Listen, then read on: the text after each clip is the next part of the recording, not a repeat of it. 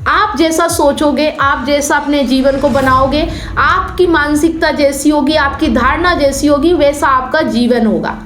इसका मतलब कंट्रोल आपके हाथ में होता है। एस्ट्रोलॉजी में कल्पनाओं में चले जाते हो, भविष्य में चले जाते हो। आज ठीक नहीं है, कल ठीक हो जाएगा, परसों ठीक हो जाएगा।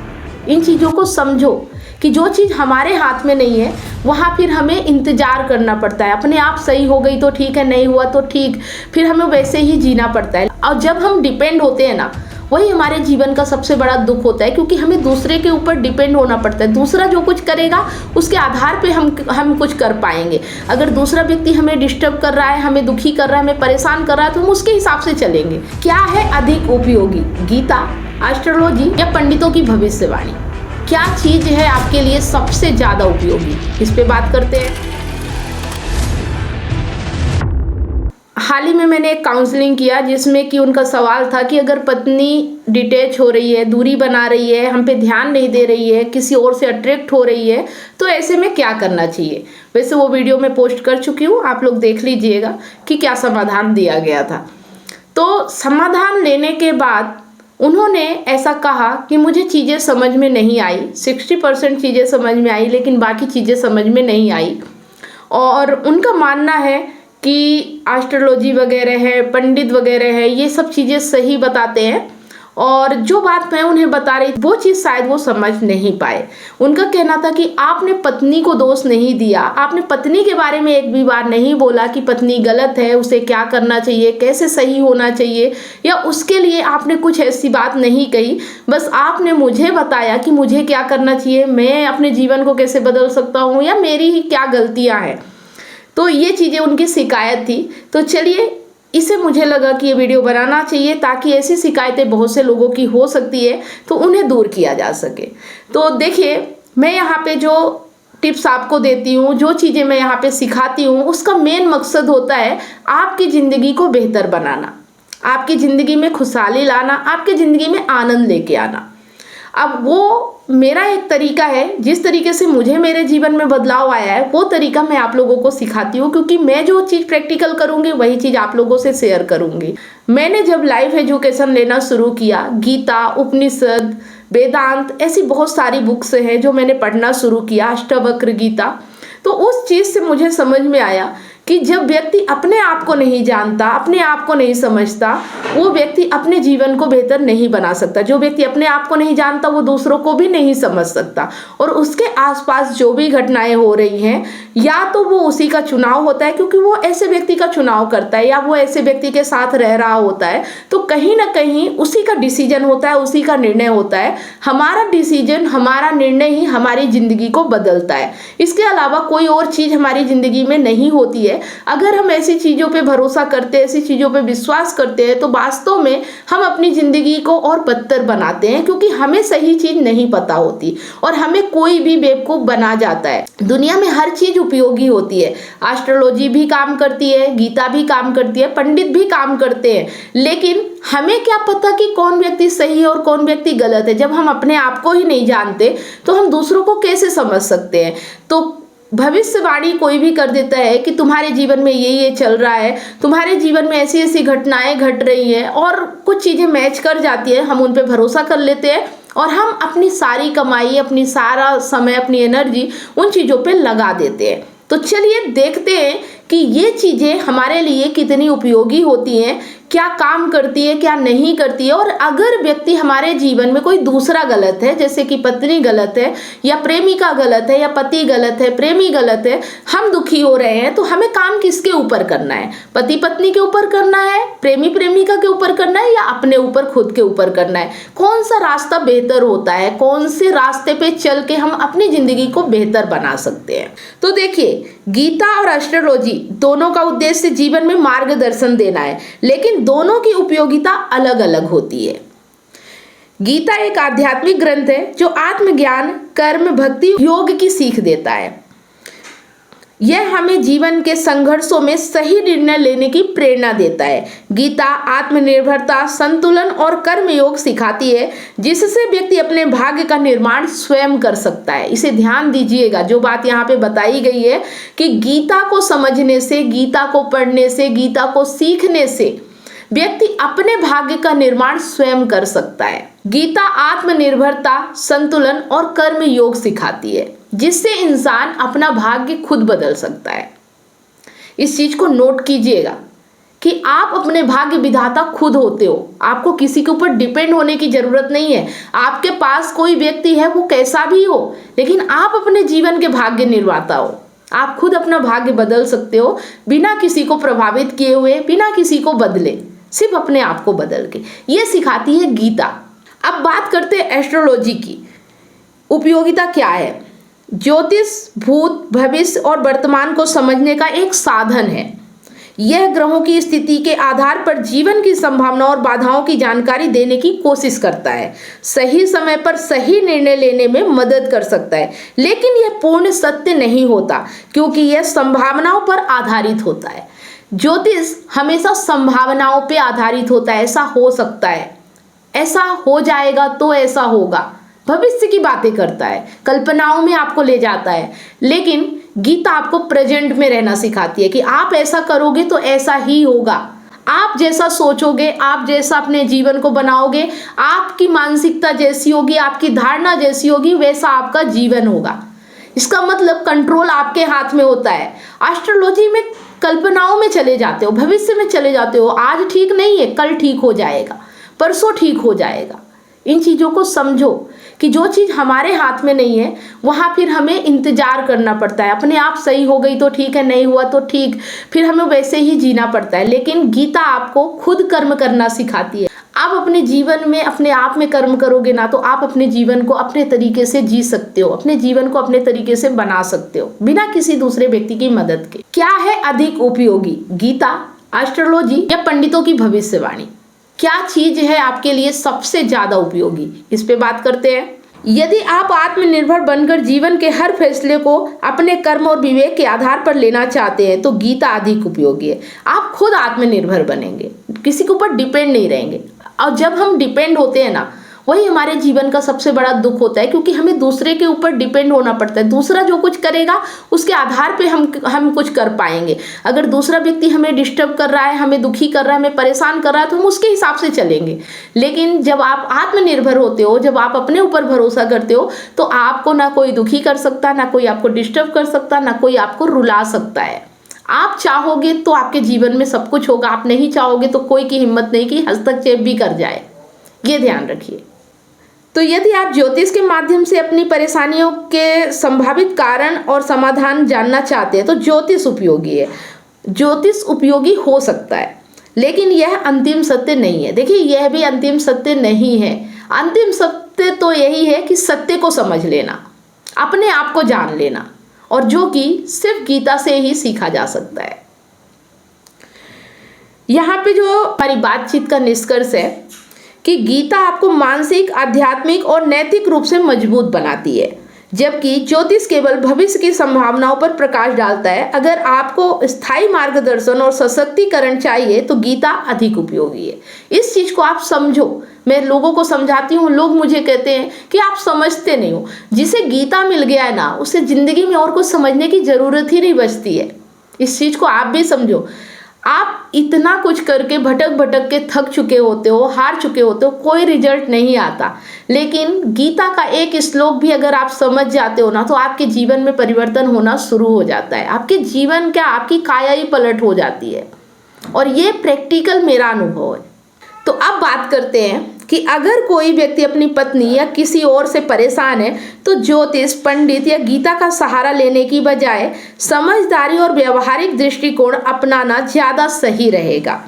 इन सभी चीज़ों का उद्देश्य हमें आंतरिक शांति और सही निर्णय की ओर ले जाना है, ना कि दूसरे व्यक्ति को बदलना।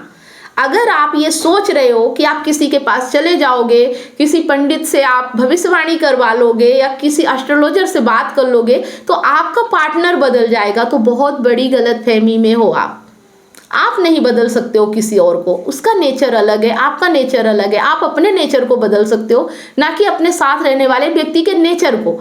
अब आप अगर प्रभावित हो रहे हो, तो आप अपना उपाय कर सकते हो, अपना इलाज कर सकते हो, अपने आप को बदल सकते हो, अपने आप को समझा सकते हो, ना कि दूसरे व्यक्ति को। एक उदाहरण से समझते हैं। मान लीजिए आप बाहर निकल रहे हो, ठंडी का मौसम है, आपको बहुत तेज ठंड लग रही है, आप बीमार पड़ जाते हो, आप डॉक्टर के पास जाते हो और डॉक्टर कहता है कि ठंडी की वजह से आपको बीमारी हो गई है या बुखार आ गया है या जो भी आपकी तबीयत खराब हो गई है। तो अब डॉक्टर कहता है ठंडी की वजह से है, लेकिन क्या वो ये बताता है कि ठंडी को जाके खत्म करना है बाहर, कहीं बाहर मतलब बाहर जा रहे हो और ठंड बाहर है तो बाहर की ठंड को खत्म करना है, ऐसा तो नहीं बताता ना। वो आपको कहता है कि आप ठंडी से बचकर रहो, आप गर्म कपड़े पहनो, आप ये दवाई ले सकते हो ताकि आपकी तबीयत ठीक हो जाए। तो इलाज वो आपका करता है, ना कि बाहर की ठंडी का इलाज करता है। वैसे ही अगर आप अपनी पत्नी से, अपनी प्रेमिका से, अपने पति से, अपने प्रेमी से परेशान हो तो इलाज आपको उनका नहीं करना है, उनसे आप प्रभावित हो रहे हो तो आपको अपना बचाव करना है, अपने आप पे काम करना है ताकि उनका प्रभाव आप पे ना पड़े। बात समझ में आ रही है? मतलब उनके जीवन में उतर के आपको समाधान नहीं ढूंढना है, अपने जीवन में उतर के समाधान ढूंढना है। अपने आप पे जब आप इलाज करोगे, दवाई करोगे तो आपकी तबीयत ठीक होगी, ना कि बाहर ठंडी को खत्म करने। और ये हमारे बस में भी नहीं है, संभव नहीं है, क्योंकि प्रकृति अपने हिसाब से चलती है, नेचर अपने हिसाब से चलता है, उसे हम नहीं बदल सकते। उसी तरह से कोई व्यक्ति जो हमारे साथ है उसकी प्रकृति अलग है, हमारी प्रकृति अलग है, वो अपने नेचर में चल रहा है, हम अपने नेचर में, हम उसके नेचर को नहीं बदल सकते, लेकिन अपने नेचर को बदलना संभव है। तो इलाज अगर करना है तो अपने नेचर का करना है, ना कि दूसरे व्यक्ति का। बात समझ में आ गई? जो ये कहना है कि आपने पत्नी के बारे में तो कुछ बोला नहीं, मुझे पता था कि पत्नी के बारे में बोलने से आपका इलाज नहीं हो पाएगा, इसलिए मैंने उस चीज़ को अवॉइड किया, क्योंकि हमारे पास टाइम बहुत कम है, हम फालतू की बातें नहीं कर सकते, हमें किसी दूसरे व्यक्ति के बारे में बातें नहीं करना है। परेशानी आपको है, तकलीफ आपको है, तो आपकी तकलीफ, आपकी परेशानी आपके माध्यम से कैसे ठीक की जा सकती है, हमें बात उस पर करना होता है। ये चीज़ आप समझ के रखिए। फिर है, क्या ज्योतिष या पंडित मदद कर सकते हैं? तो ज्योतिष या पंडित केवल उपाय बता सकते हैं, लेकिन किसी इंसान को पूरी तरह से बदल नहीं सकते। ग्रह दशा का प्रभाव हो सकता है, लेकिन असली बदलाव व्यक्तिगत व्यवहार और असली समझ से ही संभव है।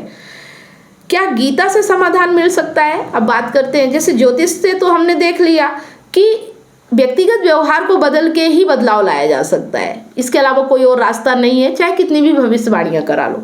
उसके बाद क्या गीता से समाधान मुमकिन है, मिल सकता है? तो गीता में सिखाया गया है कि हम केवल अपने कर्मों को सुधार सकते हैं, दूसरों को नहीं बदल सकते। यदि आप पत्नी से परेशान हैं तो खुद को शांत, धैर्यवान और समझदार बनाना ही सही समाधान है। स्वयं के मन को स्थिर करना और सही दृष्टिकोण को अपनाना ही सबसे प्रभावी उपाय है। सही समाधान क्या है?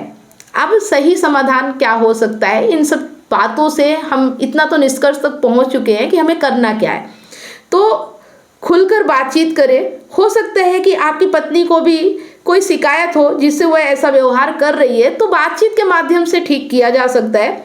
शांतिपूर्वक बात करें, बिना गुस्सा किए और बिना टकराव के। खुद के दृष्टिकोण को समझे, अपने दृष्टिकोण को समझे। क्या यह परेशानी आपकी उम्मीदों से जुड़ी है? क्या कोई व्यवहारिक समाधान है इसका?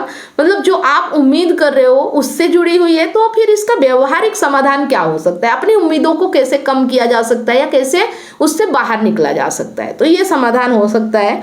यदि रिश्ता बहुत नकारात्मक हो गया है, मतलब बिल्कुल निगेटिविटी आ गई है, गुंजाइश बिल्कुल खत्म हो चुकी है, बात करने से भी कुछ नहीं हो रहा, व्यवहार बदलने से भी कुछ नहीं किया जा सकता, तो अगर बार बार बातचीत करने पर भी समस्या बनी रहती है तो काउंसलिंग या थेरेपी मदद कर सकती है। अगर मानसिक या शारीरिक शोषण हो रहा है तो सीमा तय करना जरूरी है। अगर आपके ऊपर हाथ चलाया जा रहा है, गाली गलौज किया जा रहा है या और भी मानसिक या शारीरिक प्रताड़ना दी जा रही है, तो उसके लिए फिर कानून की मदद ले सकते हैं।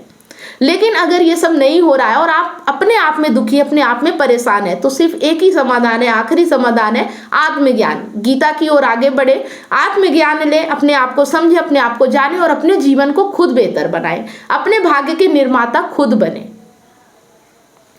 गीता का सही उपयोग करें। गीता हमें सिखाती है कि हम अपने कर्मों को सही रखें और फल की चिंता ना करें। हमारे कर्म अच्छे होने चाहिए, ना कि परिणाम क्या आएगा। हमें सही कर्म करना है, अपने बारे में भी सोचना है और दूसरों का भी ख्याल रखना है कि दूसरों को भी हमारी वजह से तकलीफ ना हो। हाँ, लेकिन अगर हमें दूसरों की वजह से तकलीफ हो रही है तो भी हमें अपने ऊपर ही कर्म करना है, ना कि दूसरे के ऊपर करना है, क्योंकि तकलीफ हमें हो ही रही है हमारी उम्मीदों के कारण, हमारी कामनाओं के कारण, हमारी कल्पनाओं के कारण, हमारी धारणाओं के कारण। हमारी मान्यताओं के कारण हमने ऐसी धारणा बना दी है, हमने ऐसे संसार की कल्पना की है, हमने ऐसे रिश्ते की कल्पना की है जो संभव नहीं है। हमने ऐसी सामाजिकता, ऐसी नैतिकता अपना के रखी है जिसकी वजह से हमारे जीवन में बहुत सारी परेशानियां आ रही हैं। तो जब हम इन्हें समझेंगे, जब हम इनसे बाहर निकलेंगे, तो ऑटोमेटिक हमारे जीवन में परेशानियां कम होने लगेगी, ना कि किसी और के ऊपर काम करके। तो जो ये इनकी शिकायत है कि पत्नी के बारे में कुछ गलत नहीं बोला या उसे नहीं समझाया गया, बस मेरा ही दोष दिया गया, मेरी ही गलती बताई गई, तो ये इसका रीजन यही है कि आप दुखी थे, आप परेशान थे, आपने काउंसलिंग बुक किया है, तो समाधान आपको ही देना पड़ेगा, ना कि आपकी पत्नी के बारे में कुछ बोल के। अगर मैं कुछ बोल भी दूं, कह भी दूं कि वो बुरी है या वो अच्छी नहीं है, उससे आपका समाधान नहीं होने वाला। हाँ, उससे थोड़ा आपका अहंकार संतुष्ट हो जाएगा, उसे खुशी मिल जाएगी कि हाँ, मैं जो अभी तक सोच रहा था वही सही है, लेकिन आपके सोच के हिसाब से समाधान नहीं होता है। क्योंकि अगर हमें यही पता होता कि हमारा समाधान क्या होता, तो हम अभी तक कर चुके होते। अगर हम समाधान नहीं निकाल पा रहे, हम अपनी परेशानियों को खत्म नहीं कर पा रहे, इसका मतलब हमें सही पता ही नहीं है कि हमें सही समाधान क्या लेना है, हमारे लिए क्या सही है, क्या गलत है। और फिर अगर आप किसी डॉक्टर के पास अपना इलाज कराने जा रहे हो, अपनी समस्या बता रहे हो, तो उस पर भरोसा करना पड़ेगा कि वो जो हमारे लिए करेगा वो सही होगा, क्योंकि वो डॉक्टर है, वो हमारे जैसे कितने मरीजों को ठीक करता है। हमें जरूरी नहीं कि हमें जो समझ में आ रहा वही सही है। थोड़ा सा अपने आप में इतना भी ओवर कॉन्फिडेंस नहीं होना चाहिए, और ये जो ओवर कॉन्फिडेंस है ना, यही चीज़ें हमारी ज़िंदगी को बदतर बना देती हैं। इस चीज़ को हमें समझना होगा। तो अब यहाँ पे आपको क्या करना है कि दूसरों को बदलने की बजाय खुद को मजबूत बनाएं। समस्या का समाधान बातचीत करके, समझदारी से, व्यवहार से अगर किया जा सकता है तो बहुत अच्छी बात है, ना कि पंडित या ज्योतिष से। इस चीज़ को ध्यान रखें। और यदि रिश्ता बहुत ही खराब हो गया है तो खुद की भलाई के लिए निर्णय लें। कड़ा निर्णय लेना भी जरूरी हो सकता है। तो ये थी कुछ बातें कि एक व्यक्ति अगर अपने जीवन में किसी और की वजह से परेशान है तो उसे कौन सा रास्ता चुनना चाहिए, कौन सा रास्ता अपनाना चाहिए। तो सिर्फ एक ही रास्ता है, लाइफ एजुकेशन, आत्मज्ञान। इसके अलावा कोई और रास्ता आपको उतनी संतुष्टि, उतना आनंद नहीं दे सकता। हाँ, आप भटक भटक के परेशान होगे, थोड़े दिन आप उसमें बिजी रहोगे तो अपनी समस्या भूल सकते हो, लेकिन समस्या खत्म नहीं होती है। और किसी दूसरे व्यक्ति को बाहरी चीज़ों को करके, बाहरी उपाय करके नहीं बदला जा सकता, उसके विचारों को बदल के ही उसे बदला जा सकता है। पहले आप अपना ज्ञान लीजिए, अपने आप को समझिए, अगर ज़रूरत पड़े तो उसे भी उसी ज्ञान से जोड़िए, उसे भी उसी रास्ते पे ले जाइए, तभी वो व्यक्ति बदल सकता है। बस यही किया जा सकता है। उम्मीद करती हूँ कि आपकी जो शिकायत होगी, जो भी प्रॉब्लम रही होगी, उस चीज़ को आप समझेंगे। जब आप पूरे कोर्स को नहीं समझते, आपने इसमें अभी कदम ही नहीं रखा, तो आप इसे गलत कैसे ठहरा सकते हैं। सिर्फ इस बात पे कि मुझे ऐसा लगता है, ये ऐसा ही होना चाहिए, ये गलत है। धारणाओं पे जीना बंद कीजिए और प्रैक्टिकल लाइफ जिए। करके देखिए, खुद ब खुद समझ में आ जाएगा। सब कुछ करके ही देखा ना, तो समझ में आ गया। कुछ चीज़ें हैं जो कोई व्यक्ति बता रहा है कि आपके लिए सही है, तो पहले उसे करके देखो, तो ही समझ में आएगा। हाँ, और एक चीज़ और है कि अगर आप लोग काउंसलिंग के लिए मुझसे अपॉइंटमेंट लेते हो, 1 घंटे का टाइम आपको मिलता है। उस टाइम पे मैं आपकी समस्या को समझती हूँ, मुझे समझ में आता है कि आपके लाइफ में क्या प्रॉब्लम है। लेकिन हाँ, जो समाधान आपको बताया जाता है वो 1 घंटे में नहीं हो सकता, क्योंकि जो प्रॉब्लम है ना, वो इतनी सालों की है। जब से हमारा जन्म होता है तब से बहुत सारी चीज़ें हम धारण करते रहते हैं, और उन्हीं सब चीज़ों को हम इकट्ठा करके अपने जीवन में अप्लाई करते हैं। तो जो हमारी पिछली चीज़ें होती हैं वही हमारे जीवन का निर्धारण करती हैं, मार्गदर्शन करती हैं। और अगर हम उस पर चल के अपनी ज़िंदगी को बेहतर नहीं बना पा रहे, अपनी ज़िंदगी में जो दुख है, जो प्रॉब्लम है, जो परेशानी है, उसे नहीं हटा पा रहे हैं, तो अब उसे हटाने का, उसे छोड़ने का, उससे बाहर निकलने के लिए 1 घंटा काफ़ी नहीं होता। उसके लिए आपको टाइम देना होगा। जैसे धीरे धीरे वो चीज़ें आप पे हावी हुई है, वैसे धीरे धीरे उन्हें हटाने के लिए भी आपको वक्त देना पड़ेगा। तो सिर्फ यहाँ पे जो 1 घंटे का टाइम होता है वो इसलिए होता है कि आपकी प्रॉब्लम समझ सके और उसका समाधान कैसे किया जा सकता है उस पर विचार कर सके, बातचीत कर सके, और फिर आपको उस पर काम करना होता है। तब जाके आपकी समस्या, आपकी प्रॉब्लम ठीक हो सकती है। तो उम्मीद करती हूँ कि ये सारी बातें जो हमने यहाँ पे वीडियो में बताई है, इन चीज़ों को आप समझोगे। और अगर आपका जीवन वाकई में परेशान है, अगर आपके जीवन में वाकई में परेशानी, आप दुख और दर्द और तकलीफ से गुजर रहे हो तो आप हमसे संपर्क जरूर करेंगे, क्योंकि यहाँ पे आने वाले लोग इतना तो समझ जाते हैं कि हमारी जिंदगी हमारे हाथ में है, ना कि किसी और के हाथ में। फिर किसी और से परेशान होना छोड़ देते हैं। तो उम्मीद करती हूँ ये वीडियो आपको काफ़ी पसंद आया होगा, काफ़ी चीज़ें इससे आपको जानने और समझने को मिली होंगी। कमेंट करके ज़रूर बताएं। वीडियो अच्छा लगा तो लाइक ज़रूर करें, ज़्यादा से ज़्यादा इसे शेयर करें ताकि भटके हुए लोगों को सही राह पे लाया जा सके। फिर मिलते हैं नेक्स्ट वीडियो में। धन्यवाद। इतनी सारी काउंसलिंग करने के बाद मुझे रियलाइज हुआ कि लोग अपने रिलेशनशिप और लाइफ से कितने ज्यादा परेशान हैं। जबकि मैंने अपने YouTube चैनल और Facebook पेज पर हजारों वीडियो रिलेशनशिप से रिलेटिव फ्री में डाल रखी हैं, फिर भी लोग पर्सनल काउंसलिंग चाहते हैं। नमस्कार दोस्तों, मैं कमलेश सोनी एक रिलेशनशिप कोच हूँ। 2019 से लेकर आज तक हजारों लोगों को मैंने फोन पर मदद किया है, जो लोग अपने रिलेशनशिप प्रॉब्लम्स को लेकर मुझे कांटेक्ट करते हैं। अब मेरा ये मिशन है, जो लोग रिलेशनशिप प्रॉब्लम्स को लेकर हताश और निराश है, ऐसे लोगों की मैं मदद करूं ताकि लोग अपने रिलेशनशिप को खुद ही ठीक कर सके और जीवन में हमेशा खुश रहे, ना कि निराशा की ओर आगे बढ़े। जिस तरह से आपको बीमारी ठीक करने के लिए एक्सपर्ट डॉक्टर की जरूरत होती है, वो चेकअप करके आपका इलाज करता है, उसी तरह से आपको एक काउंसलर की जरूरत पड़ती है आपकी एग्जैक्ट प्रॉब्लम को समझकर उसका सलूशन देने के लिए। तो आप दिए गए नंबर पर काउंसलिंग के लिए अपॉइंटमेंट बुक करा सकते हैं।